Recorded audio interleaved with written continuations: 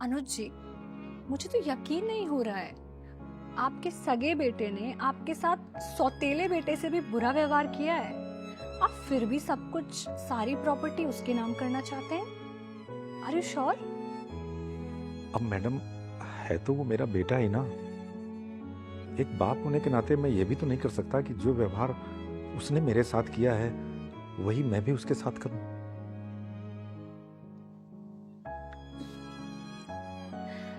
जब आप उसे अपना बेटा मान रहे हैं तो उसे भी तो आपको अपना पिता मानना चाहिए।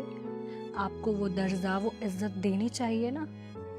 और देखिए, मेरी राय में तो आपको अपनी प्रॉपर्टी बिल्कुल भी विकास के नाम नहीं करनी चाहिए।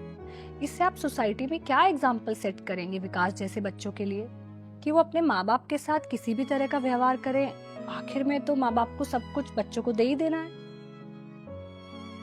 आप कह तो ठीक रही हैं, लेकिन मैं और करूं भी तो क्या करूं?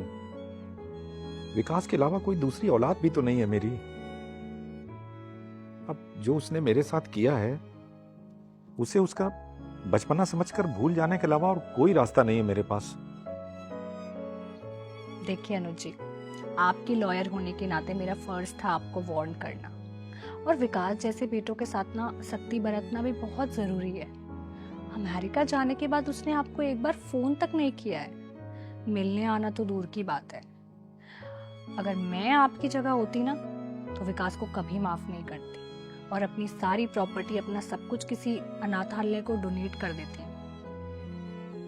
डोनेट कर देती? आपके कहने का मतलब है कि मैं अपने पूरे जीवन की खून पसीने की कमाई किसी गैर को दे दूं? आपके सगे बेटे ने तो आपके साथ गैरों से भी बुरा सलूक किया है। देखिए, मेरा ये सिर्फ एक सजेशन था। फाइनल डिसीजन आपका ही होना है। जब आप फाइनल डिसीजन ले लेंगे आप मुझे बता देना, मैं आपकी विल रेडी करवा दूंगी।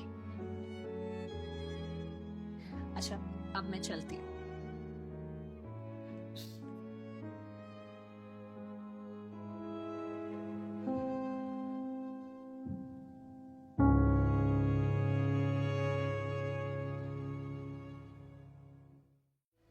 बेटा, क्यों जा रहा बेटा इतनी दूर? बहुत जरूरी है क्या? और अपने देश में भी तो तुझे बहुत सारी नौकरियां मिल जाएंगी, फिर इतनी दूर क्यों जाना बेटा? पापा, यूएसए जाना मेरा बचपन का सपना है। अब जाके मेरा सपना पूरा हो रहा है तो आप मुझे जाने दीजिए ना। आप घबराइए मत, मैं आता रहूंगा ना रेगुलर यहाँ, और कॉल भी करता रहूंगा आपको। पर बेटे, उम्र के इस पड़ाव पर मैं तो बिल्कुल अकेला हो जाऊंगा। तेरी माँ के गुजर जाने के बाद एक तेरा ही तो सहारा था मुझे, और अब तू भी। पापा, आप इमोशनल ड्रामा मत शुरू कीजिए। मैं वहां बसने के लिए नहीं जा रहा हूँ, नौकरी करने के लिए जा रहा हूँ। उस टाइम मुझे नौकरी करने दीजिए, थोड़े डॉलर कमा लूं बस। पर बेटे, पैसे की तो अपने पास कोई कमी नहीं है ना। भगवान का दिया हुआ सब कुछ है। बस यही एक शिकायत है कि उसने तेरी माँ को जल्दी बुला लिया। और तो किसी चीज की कमी नहीं है बेटा, जैसे कमाने तू वहां जा रहा है इतनी दूर। पापा, आप क्यों इतना ड्रामा क्रिएट कर रहे हैं? वैसे मेरी फ्लाइट का टाइम हो रहा, सारा सामान बाहर रखा हुआ है, विदेश जाकर रहना है मुझे। ऐसे में आप अगर मेरे साथ ऐसे रिएक्ट करेंगे तो मैं कमजोर पड़ जाऊंगा।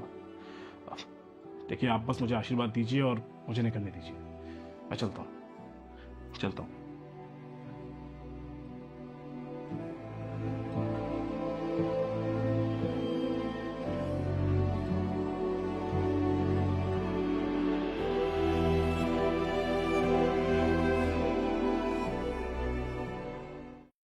आप ही नहीं आ रहा, मेरे पापा की लॉयर।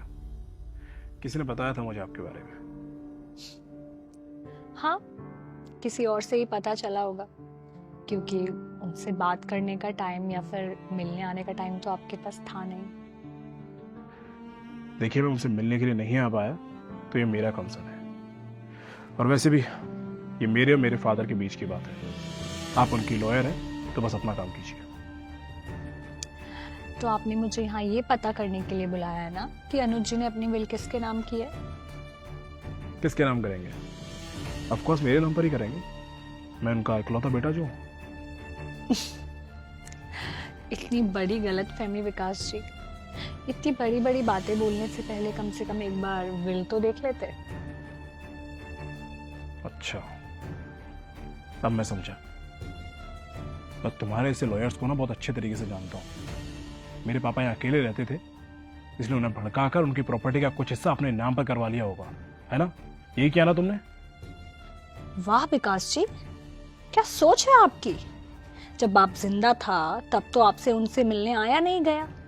यहाँ इंडिया में उन्हें अकेले छोड़कर अमेरिका चले गए और उनसे बात तक करना बंद कर दिया था आपने। उनके मरने पर भी नहीं आ पाए आप। उनका अंतिम संस्कार भी किसी और से करवाना पड़ा था। और अब जब बात आई प्रॉपर्टी की तो दौड़े चले आए आप। कितने लालची हैं आप। और आप मुझे कह रहे हैं कि मैं उनकी प्रॉपर्टी के पीछे थी। आई एम सॉरी टू से, हर कोई आपकी तरह नहीं होता विकास जी। ये पकड़िए आपकी विरासत, एंड आई विश अब आप जिंदगी में खुश रहे। चलती।